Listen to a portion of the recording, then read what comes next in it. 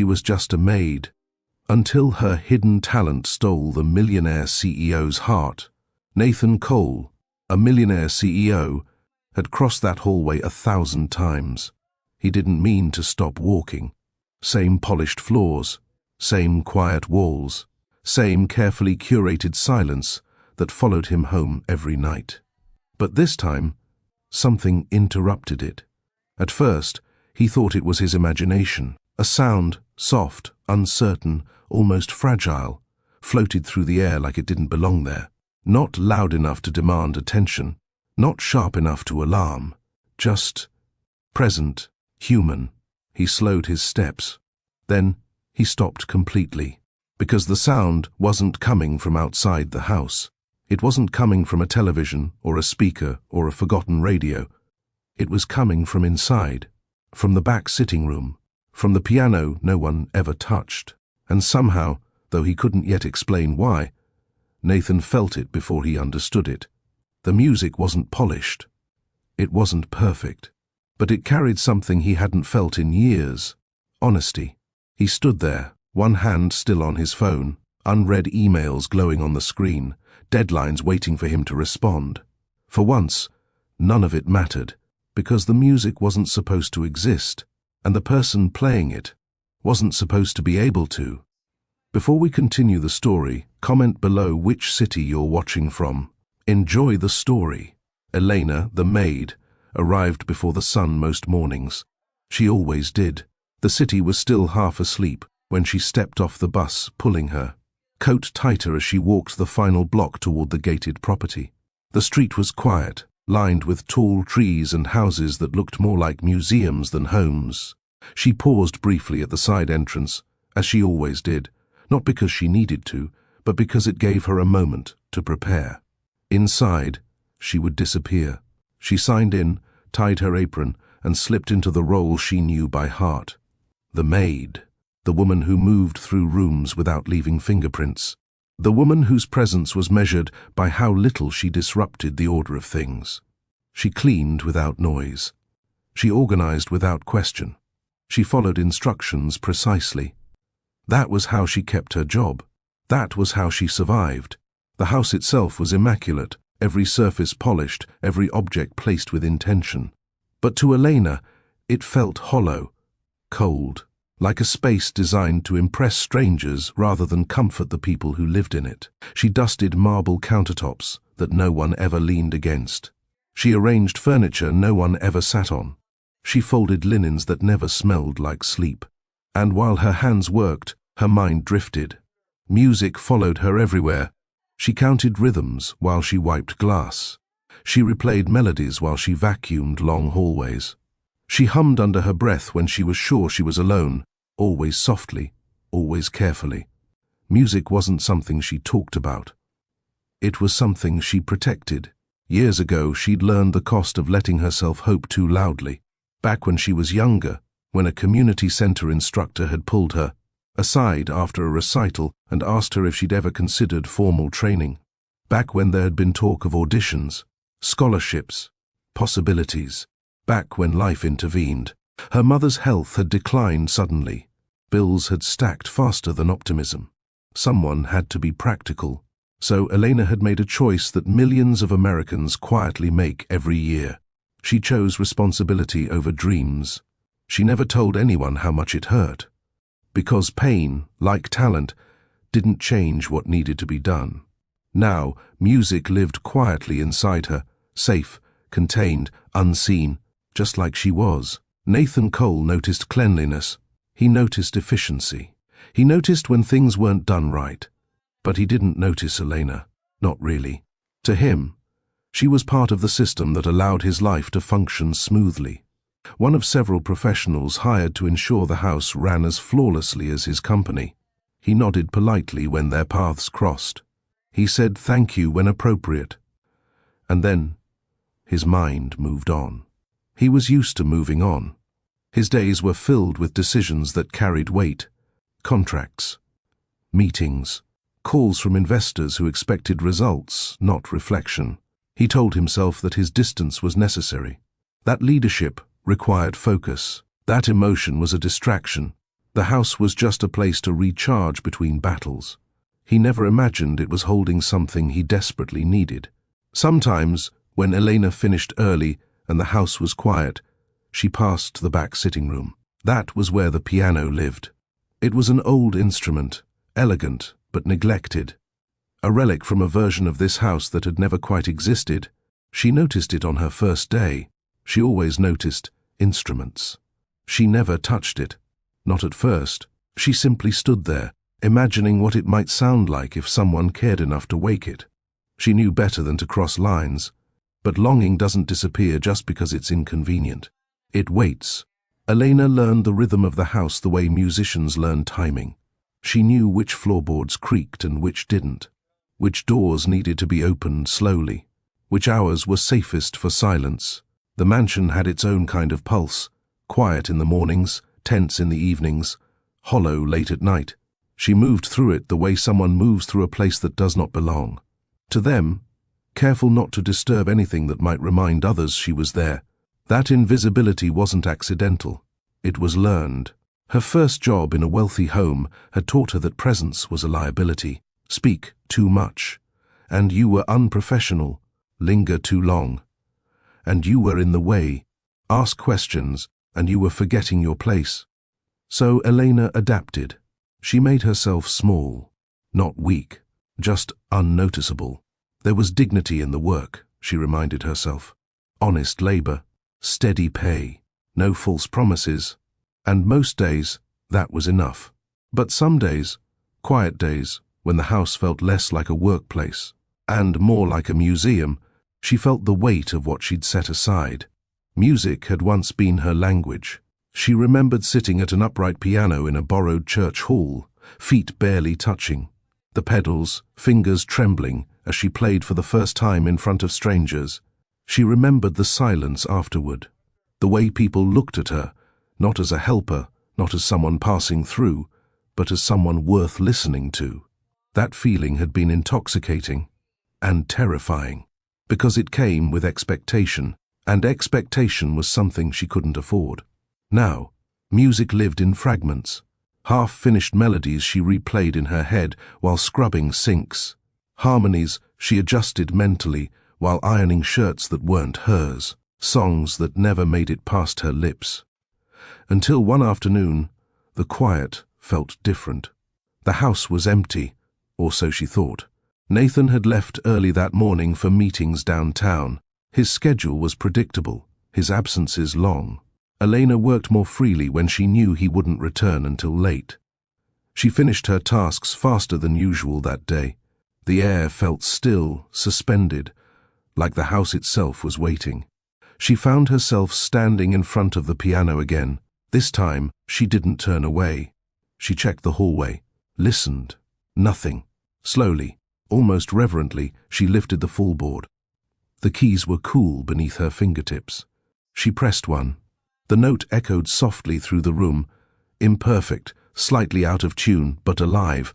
Her chest tightened. She pressed another, and another. She told herself she would stop there. She didn't. What came next wasn't planned. It wasn't ambition or rebellion or defiance. It was release. Her fingers moved as if they'd been waiting years for permission. The melody that emerged wasn't something she'd practiced recently. It was something she carried. A piece she'd written long ago and never finished, shaped by longing and restraint and all the words she'd never spoken out loud. She played quietly at first, then with more confidence. The piano responded, filling the room with something the house had never known. Warmth. She didn't see Nathan when he stopped outside the door. She didn't hear him when he set his phone down. He stood there, frozen, as if moving might break the spell. The sound reached him in a way nothing else had in years. It wasn't technical brilliance that struck him. It was sincerity. The music didn't demand admiration. It invited understanding. Nathan felt something shift inside him. Something he hadn't realized had grown numb. The pressure he carried daily, the expectations, the responsibility, the constant performance of confidence, fell away in the face of something undeniably real. And when the music stopped, the silence that followed was louder than anything Elena had played. She turned slowly, saw him, and everything inside her dropped. Her first instinct was fear. Her second was shame. I shouldn't have, she said quickly, standing. I'm sorry. Don't, Nathan said. The word came out softer than he intended. She froze. I didn't know you played, he said again, quieter now, as if volume itself might be inappropriate. She lowered her gaze. It's just something I used to do. Used to. The words settled heavily between them. He realized then how little he knew about the people who moved through his life daily, how many stories he walked past without noticing. For the first time since buying the piano, he regretted letting it sit untouched. For the first time in a long while, he felt grateful for something unexpected. I'm glad I heard it, he said. Elena nodded, unsure what to do with that. She closed the piano carefully, as if sealing something away again. Neither of them spoke after that, but nothing in the house felt the same. That night, Elena went home with the music still echoing in her ears, but so did something else. A question. What happens when the part of you that's been hidden is finally seen? And what does it cost to keep pretending it doesn't exist? Elena barely slept that night. She lay on her back in her small apartment, staring at the faint crack in the ceiling. She'd memorized years ago, listening to the city breathe outside her window. Cars passed. Someone laughed down the block. A siren wailed in the distance, then faded. But none of it quieted her mind. She replayed the moment again and again, not the music itself, but his face when he realized where it was coming from. The stillness, the way his expression shifted from confusion to something she couldn't quite name. Recognition, maybe. That unsettled her more than anger ever could have. She'd learned how to deal with dismissal, with indifference, with being overlooked. Those things were familiar. Being seen was not. By morning, she'd convinced herself that nothing would come of it, that Nathan would forget, that the house would return to its usual rhythm, and she would slip back into the background where things were predictable and safe. She told herself that was what she wanted. Still, when she arrived at work, her hands trembled as she tied her apron. The house greeted her with the same quiet, but it felt different now, less indifferent, more observant. As if the walls themselves remembered what they'd heard. She avoided the back sitting room entirely. She focused on routine. But Nathan noticed the difference immediately. He noticed the way she avoided his gaze, the way she moved with more caution than usual, as if bracing for impact. He hadn't planned to say anything. He wasn't even sure what he should say. Leadership had taught him how to manage teams, negotiate contracts, navigate crises. It had not taught him how to handle moments like this, human moments that didn't fit neatly into policy or protocol. Still, he found himself lingering near the kitchen as she finished cleaning. Elena, he said, testing the sound of her name. She looked up, startled. Yes, I wanted to thank you for yesterday. She nodded, uncertain. I shouldn't have used the piano. That's not what I meant, he said. You didn't do anything wrong. The words surprised them both. She studied his face, searching for the expectation hidden behind the kindness. There was none. Just curiosity, and something else. Restraint. I didn't realize the house had music in it, he added. Neither did I, she almost said. Instead, she smiled faintly. It doesn't. Not usually. He let that sit. Nathan watched her leave the room, and for the first time, he felt the quiet of the house press in on him, not as comfort, but as absence. That evening, long after Elena had gone home, Nathan returned to the piano. He lifted the cover, pressed a key. The sound was dull, uninspired. He sat there longer than he meant to, hands resting uselessly in his lap. Music had once been important to him too, before the company, before the pressure. Before success had narrowed his focus to what was measurable and efficient. He remembered his parents' voices when he'd mentioned wanting to take lessons as a teenager. That's not practical. Focus on something that matters. He had listened. He always had. Now he wondered what else he'd dismissed too quickly. The next few days passed with quiet tension. Nathan didn't bring up the music again. Elena didn't play, but something between them had shifted, an awareness, subtle but undeniable. He noticed her more, the way she paused before answering questions, the precision of her movements, the way she carried herself, not meek, not submissive, just careful. She noticed him watching, and it made her uneasy. Being noticed meant expectations, and expectations had a way of turning into obligations. On Friday afternoon, Elena was finishing early again. The house was still. Nathan's schedule suggested he wouldn't be home until late. She stood outside the back sitting room longer than she meant to. Her fingers ached, not from cleaning but from restraint. She told herself she would only play a few notes, just enough to remember. She closed the door halfway, sat down, lifted the cover. The first notes were tentative, then steadier. This time, she didn't realize Nathan was home until he spoke. "I hope I'm not interrupting." Her heart jumped. She stopped immediately. "I'm sorry," she said, standing again. "I thought—" "I know," he said gently. "I should have announced myself." They stood there, uncertain. "I had the piano tuned," he added, almost as an afterthought. Her eyes widened slightly. "You didn't have to do that." "I wanted to," he said. If you're comfortable playing." She hesitated. There it was, the line she hadn't wanted to cross. "If you'd rather not," he continued quickly, "that's fine. I just thought—" "I'm not a performer," she said. "I don't do this for people." "I'm not asking you to," he replied. "I just don't want you to feel like you have to hide." The word struck her deeply. Hide.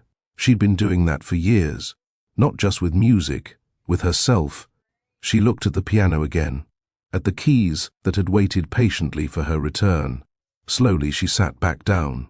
She played, not for him, for herself.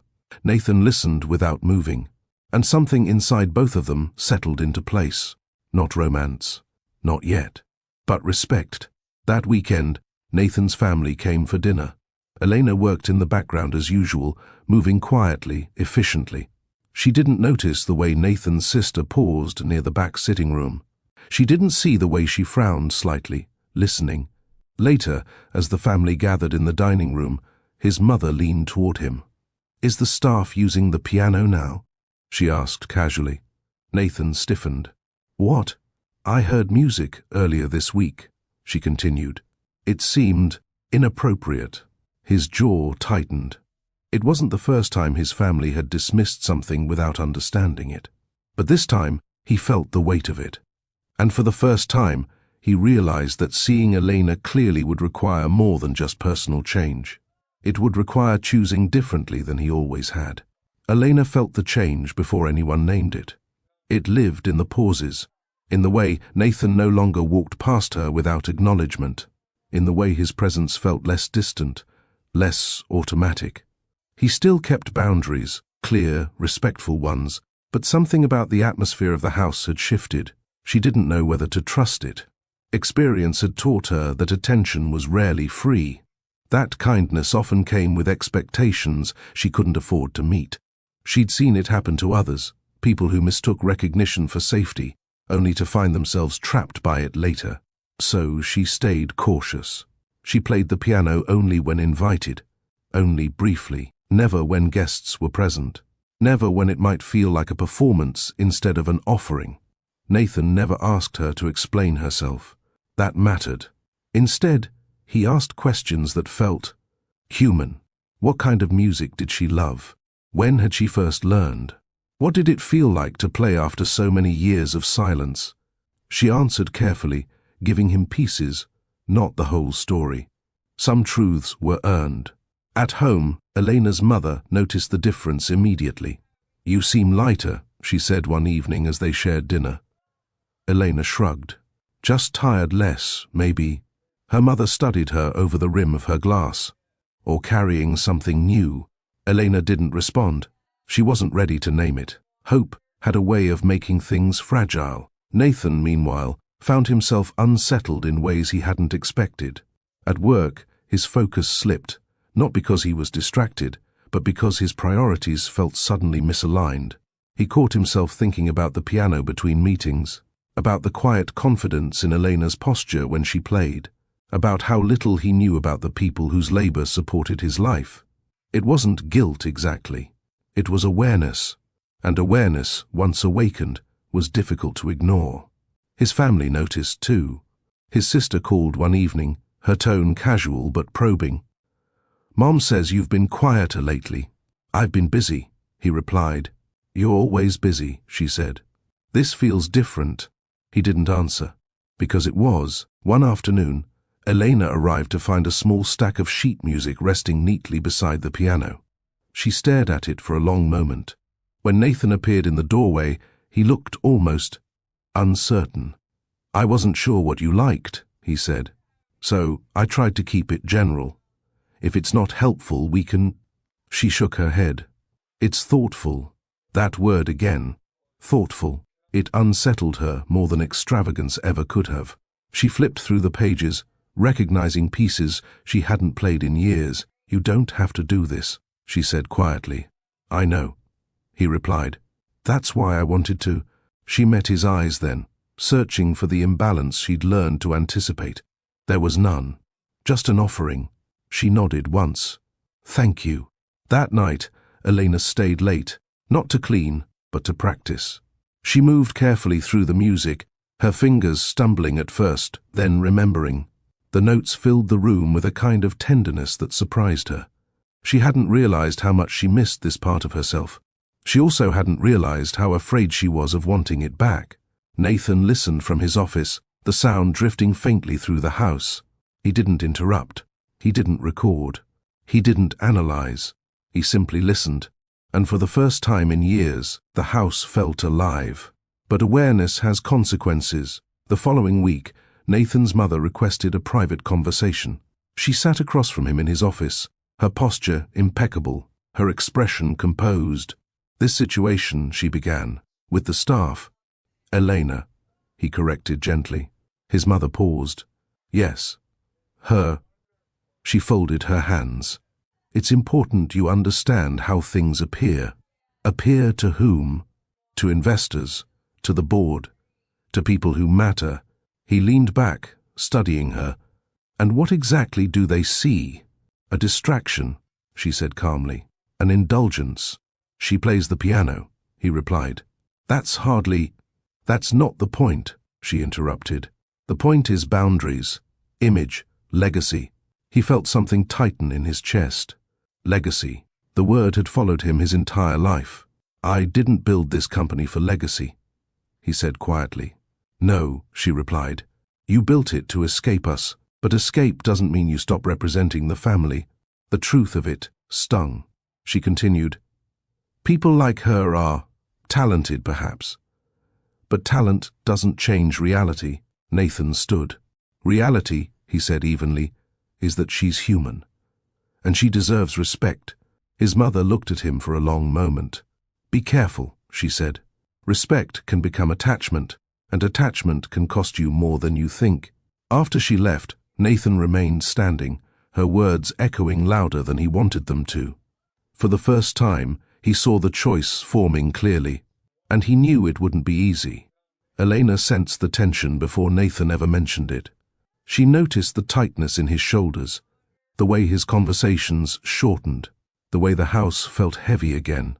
One evening, as she packed up to leave, she paused near his office door. "Is everything okay?" she asked. He hesitated. Then, "Not exactly." She nodded.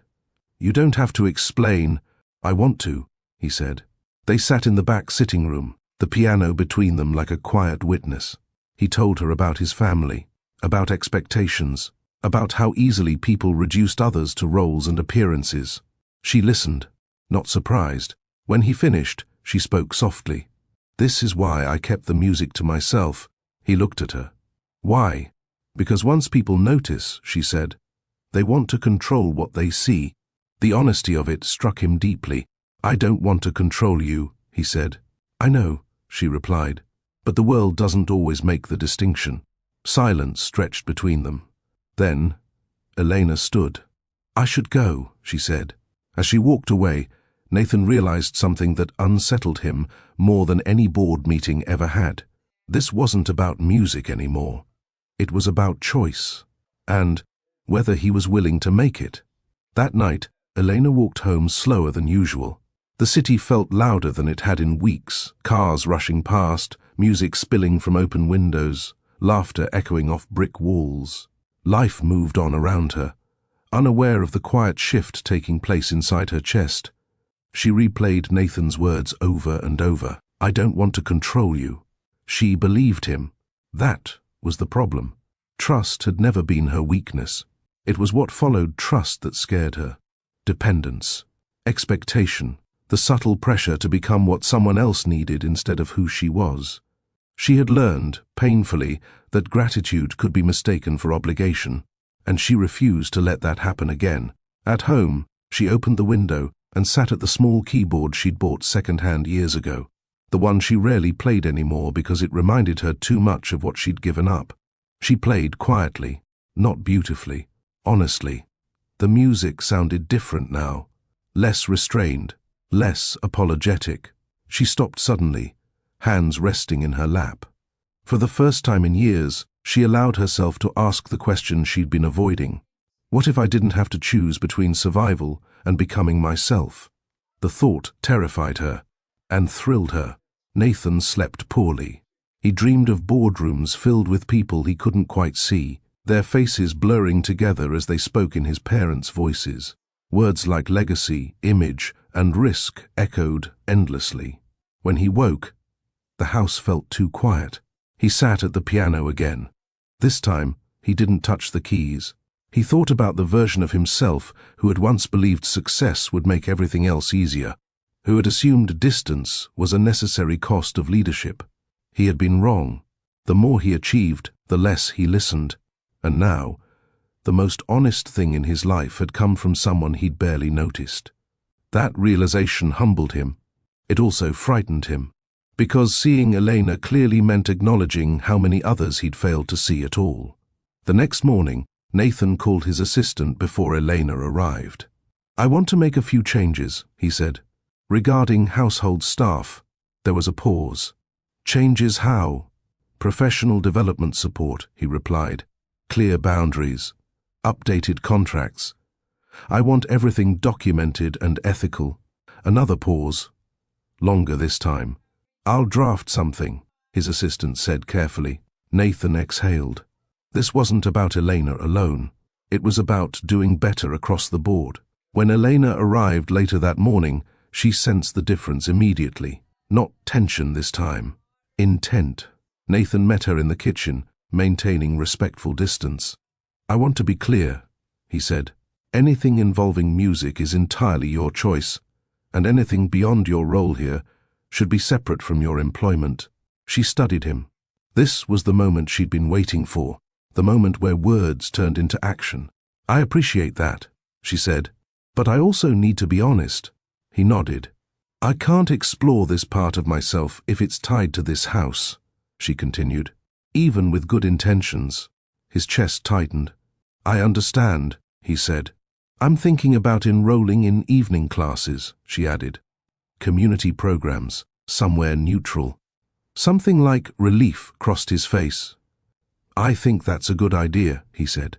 "If you ever want help finding resources, strictly informational, I'm happy to point you in the right direction." She smiled. This time, it wasn't cautious, it was grateful. That afternoon, Elena played the piano one last time in the back sitting room. Not as a secret, not as a discovery, but as a farewell to the version of herself who had believed invisibility was safety. The notes filled the house gently, without urgency or apology. Nathan listened from the hallway. He didn't interrupt. He didn't follow. He let the moment be what it was. Later that evening, Nathan's sister called again. "You're changing," she said. "Yes," he replied. "I am." She hesitated. "You know Mom won't like it." He smiled faintly. "That's not new." When the call ended, he looked around the house. For the first time since buying it, it felt less like a fortress and more like a starting point. Elena stepped out into the evening air with something she hadn't carried in years. Direction. Not certainty, not guarantees, but direction. And sometimes that was enough. Nathan Cole had learned early how to appear composed. It was a skill like any other, honed through years of boardrooms, negotiations, and carefully worded statements. Confidence wasn't something he felt naturally. It was something he practiced until others believed it. His parents called it discipline. They raised him to understand that worth was measured by outcome. Results mattered. Reputation mattered. Emotion was something to manage privately, if at all. When he was young, Nathan had wanted to build things, not companies, bridges, models, anything with structure and balance. He liked how pieces fit together, how chaos could be organized into something functional. Music came later. A neighbor had owned a piano, old, slightly off-key. Nathan would sit beside it after school, pressing keys without understanding what he was doing, just listening to how sound filled space. His mother noticed eventually. She didn't forbid it. She simply redirected him. "That's nice," she said once, glancing up from her work, "but it won't take you anywhere." Nathan learned to hear the unspoken message. Focus on what matters. So he did. By the time he graduated, his future was already mapped. Business school. Internships. Long hours. High expectations. The piano disappeared quietly from his life, replaced by calendars and projections, and goals that left little room for anything that couldn't be optimized. He succeeded because he was good at listening to what people wanted. He lost something because he stopped listening to himself. By the time the company took off, Nathan was no longer trying to please his parents. At least, that's what he told himself. In truth, he was still chasing approval, just dressed differently now. Investors replaced family. Metrics replaced praise. Growth replaced contentment. And somewhere along the way, he married a woman who believed in him when he still believed in himself. Her name was Claire. She had met Nathan before the company consumed him. Back when his ambition felt exciting instead of exhausting. Back when evenings still existed. Claire understood pressure. She worked in a creative field herself, one that thrived on nuance, intuition, emotion. She saw something in Nathan that he rarely showed the world: curiosity, humor, depth. They balanced each other until they didn't. As the company grew, Nathan's absences became more frequent. Dinners postponed, vacations cut short, conversations reduced to logistics. He didn't mean to withdraw. He simply believed sacrifice was temporary. Claire waited longer than she should have. When she finally left, there was no dramatic argument, no betrayal, just a quiet admission that she felt alone in a marriage that was supposed to feel like partnership. "I don't need you to be perfect," she told him. "I just need you to be here." Nathan didn't know how to give her that, so she walked away. Years later, sitting in his office, Nathan stared at the city skyline through the glass wall. He had everything he'd worked for, and yet, listening to Elena play the piano had stirred something uncomfortably familiar. Loss, not of a person, of possibility. He wondered how many choices he'd made simply because they were expected of him. How often he'd confused responsibility with avoidance. Elena didn't remind him of Claire in any obvious way. What she reminded him of was himself, before he learned how to disappear into success. Elena's life hadn't unfolded dramatically. There were no sudden falls from grace, no scandals, no single moment where everything changed. Just a series of decisions that made sense at the time. She grew up in a small apartment where noise traveled easily and privacy didn't exist. Music was something she borrowed. From church halls, school programs, borrowed keyboards. She learned quickly. Too quickly, some said. Her instructors noticed, encouraged her, pushed her gently toward opportunities she hadn't known were possible. One of them mentioned a regional scholarship program once. Competitive, demanding, life-altering. Elena filled out the application. She practiced late into the night, fingers aching, heart racing with something dangerously close to hope. Then her mother got sick. The diagnosis wasn't dramatic. Manageable, they said. But medical bills don't care about manageability. They care about consistency. Elena withdrew her application without telling anyone. She took a job cleaning offices at night. Then homes, then more homes. Music didn't disappear. It just stopped being allowed to matter. She told herself it was temporary. Years passed. Temporary became permanent. When Elena enrolled in the evening classes Nathan had mentioned, on her own terms, it felt like stepping into a version of her life she'd almost forgotten. The classroom smelled faintly of old wood and coffee.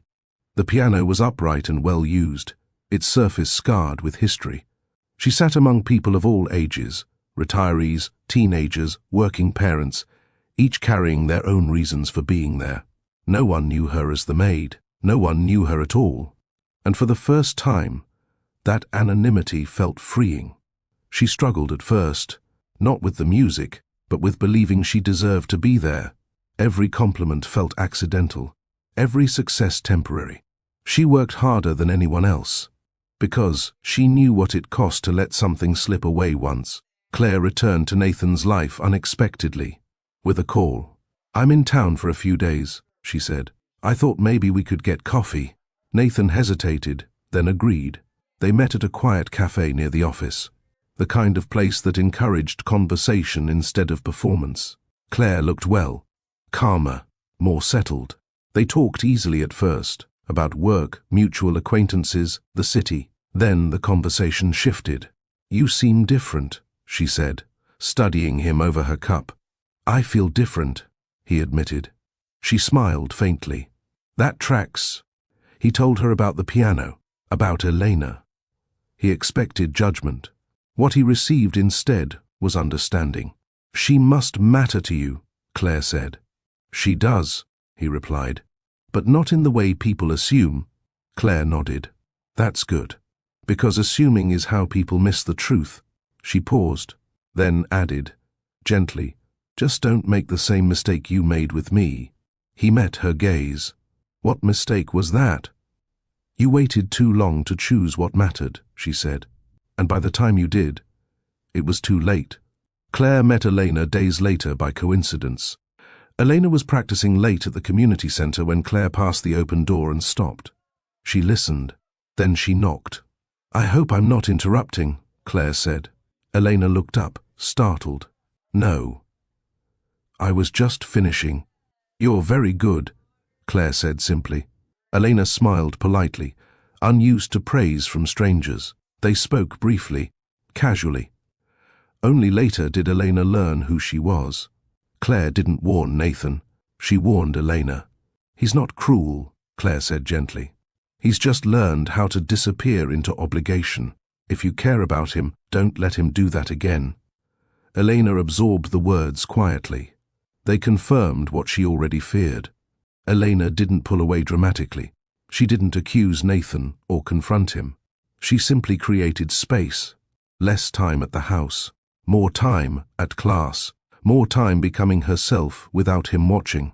Nathan noticed. And this time, he didn't chase.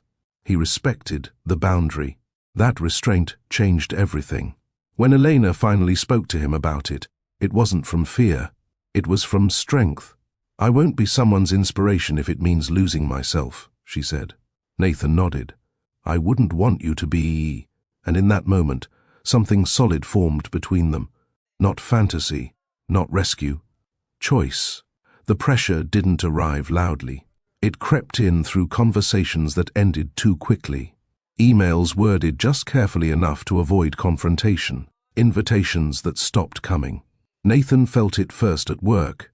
A board member asked casually whether everything at home was stable. An investor joked about distractions and headlines. His mother stopped calling altogether. None of it was explicit.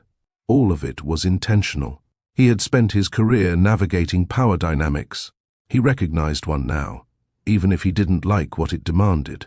At home, the house staff felt the tension too. Whispers traveled faster than facts. Elena noticed the glances, the sudden quiet when she entered a room, the polite smiles that felt thinner than before. No one accused her of anything. They didn't have to. She had lived long enough in invisible spaces to recognize when visibility became dangerous. The community center became her anchor. Music wasn't easier there. If anything, it demanded more of her. Feedback was honest. Progress was slow. There were no shortcuts. She loved it. But the closer she came to reclaiming this part of herself, the more clearly she saw the risk of tying it to Nathan's world. One evening, after class, she stayed behind alone. She played until her hands ached. Then she stopped and laughed quietly to herself. This was hers. No mansion, no permission, no silent expectations. That realization clarified something painful. She couldn't grow fully while standing in someone else's shadow, even unintentionally. So she made a decision, not impulsive, not emotional, intentional. Elena asked Nathan to meet her, not at the house, not at work, but in a small public park near the river. They sat on opposite ends of a bench, spring air drifting between them. "I need to step back," she said plainly. Nathan didn't interrupt. "I don't regret what we've shared," she continued, "but I can feel myself bending again, and I can't do that." He nodded slowly. "I understand." She looked at him then, really looked. "Do you?" she asked. He met her gaze. "I don't want to lose you, but I won't be the reason you lose yourself." The sincerity in his voice made this harder, not easier. She stood. "Then this is where I walk forward. Alone." He didn't argue. He didn't plead. He watched her leave with respect. And that restraint, the very thing that once cost him his marriage, this time became the reason something better might survive. The fallout was immediate. His mother called the next day. "This ends now," she said. "Or, we revisit your role." Nathan listened quietly, then said something he had never said before. "No." The word felt unfamiliar, liberating. He stepped back from the board temporarily, not as a protest, but as a recalibration. He delegated. He trusted others. He loosened his grip. The company didn't collapse. Neither did he. Elena struggled after walking away. Not financially. She'd prepared for that. Emotionally. Growth demanded honesty. And honesty brought doubt. There were nights she wondered if she'd misread everything, if she'd chosen pride over connection. But then, she'd play. And remember why she left. She auditioned for a small local ensemble. She didn't get the part. She auditioned again. She improved. She failed publicly. She survived it. Each failure strengthened her more than success ever had. Months passed. They ran into each other unexpectedly at a small performance space hosting local musicians. Elena was playing that night. Nathan was in the audience. She didn't know until she finished. When she saw him, something in her chest softened, not because she missed him, but because she didn't feel smaller around him anymore. They spoke afterward, as equals, as people who had chosen growth over comfort. "I'm proud of you," he said. She smiled. "I know." Their relationship didn't restart with grand declarations. It resumed with patience, with boundaries still intact, with Elena's life no longer orbiting his. Nathan supported quietly, attending performances, listening, encouraging without directing. He didn't offer solutions unless asked. He had learned. Elena performed months later at a small but full venue. The applause wasn't thunderous. It was sincere. She stood under warm lights, breathing steadily, grounded. Nathan watched from the back, not as a benefactor, not as a rescuer, as someone who had finally learned how to listen. Life didn't slow down to accommodate their growth. That was the first truth both Nathan and Elena had to accept. For Nathan, stepping back from daily leadership didn't mean stepping away from responsibility. It meant confronting how deeply he had tied his identity to productivity. Without constant urgency, he felt exposed, forced to reckon with parts of himself he'd long ignored. For Elena, independence came with its own weight. Passion didn't pay bills on its own. Progress wasn't linear. Confidence wavered in quiet moments when applause faded and doubt crept back in. They didn't rush toward each other to fill those gaps. That restraint mattered. Rumors surfaced eventually. Someone recognized Nathan at one of Elena's performances. A blog speculated. Comments followed. Assumptions piled up faster than facts. Nathan was framed as a patron. Elena as a beneficiary. Neither description was accurate. Elena read the comments once, then closed the page. She refused to explain herself to strangers who didn't understand the cost of choosing integrity. Nathan issued no statements. Silence, he'd learned, could be its own boundary. Elena didn't break out. She broke through. A local instructor recommended her for paid accompaniment work. Small jobs at first, consistent ones later. She earned respect not because of who she knew, but because she showed up prepared, steady, and unafraid of critique. Music became work again. But this time, it didn't steal her voice. It amplified it. Nathan returned to the company with a different posture. He listened more, delegated differently, valued presence over control. Some resisted, others followed. The culture shifted, not dramatically but meaningfully. For the first time, Nathan felt aligned rather than admired. When they chose each other again, it was quiet. No declarations, no promises beyond honesty. Elena didn't move into Nathan's house. Nathan didn't insert himself into her career. They met halfway, on neutral ground. They talked. They disagreed. They adjusted. Love grew slower this time, stronger. Claire attended one of Elena's performances. She stayed afterward. "You sound like yourself," she said. Elena smiled. "I feel like myself." Claire nodded. "That's how you know it's real." They hugged briefly. No bitterness, no rivalry, just understanding. Years didn't pass in a montage. They passed in choices. In mornings that didn't require performance. In evenings filled with conversation rather than avoidance. Nathan never proposed during a moment of emotion. Elena never waited for validation. Their future wasn't sealed by ceremony. It was shaped by consistency. Elena played at a modest concert hall years later. Not famous.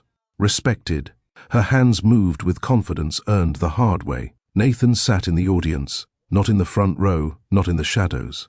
Just present. When the final note faded, the applause rose, not thunderous but full. Elena bowed. "What do you think? Was Elena right to have walked away from Nathan when she did?" Share your opinion in the comments and rate the story from 0 to 10. Subscribe to the channel and turn on notifications to keep up with all our stories, and don't forget to check out more touching stories by clicking here on the end screen.